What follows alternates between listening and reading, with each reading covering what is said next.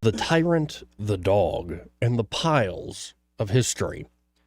Now a general assembly of the Greeks was held at the Isthmus, where a vote was passed to make an expedition against Persia with Alexander. Y'all have seen the movie 300, right? And he was proclaimed their leader.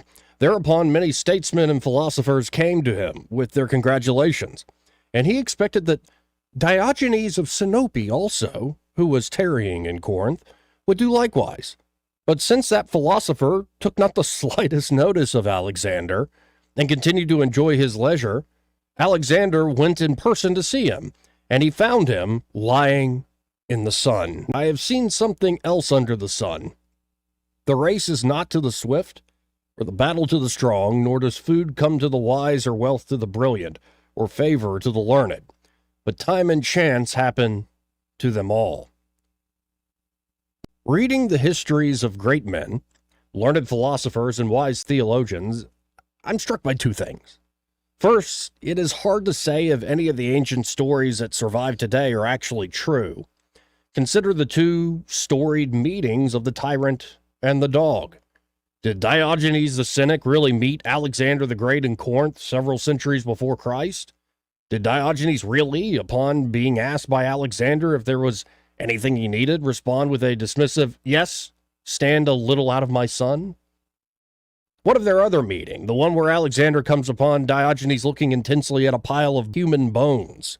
Did Diogenes then really say to Alexander, "I am searching for the bones of your father, but cannot distinguish them from those of a slave"?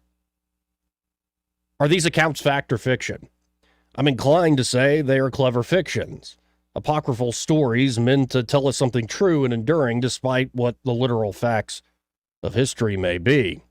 Indeed, whether one is reading ancient history or today's news, it would be a mistake to assume that facts can never tell a lie, or that fictions can never tell the truth.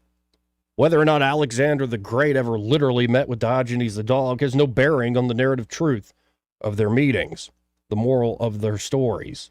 Their stories have been passed down through the ages by learned men regardless of their historicity. The literal facts of men's lives tend to shrink in importance compared to the narratives men tell about themselves.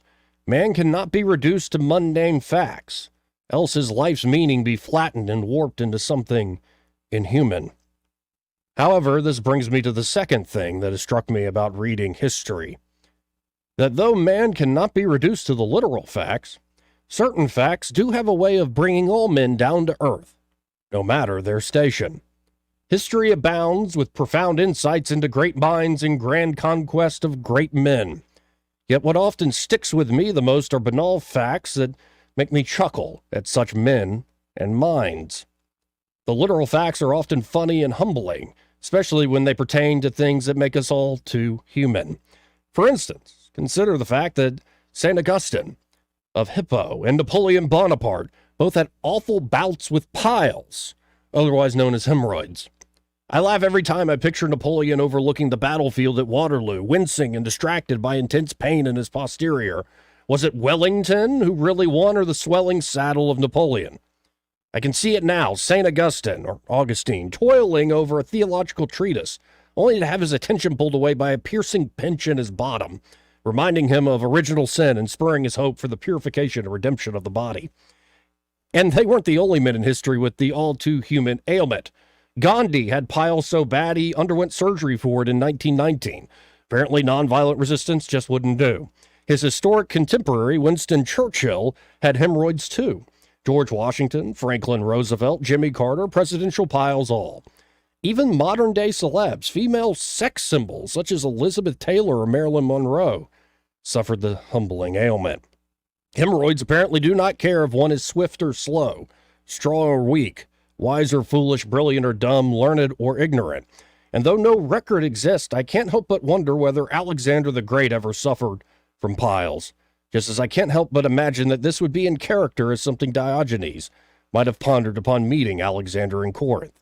Maybe, just maybe, when the teacher of Ecclesiastes wrote, "Time and chance happened to them all," a case of piles was on his mind. Of course, I cannot prove the literal fact of this silly speculation, but the narratives of history are sometimes too good not to be true.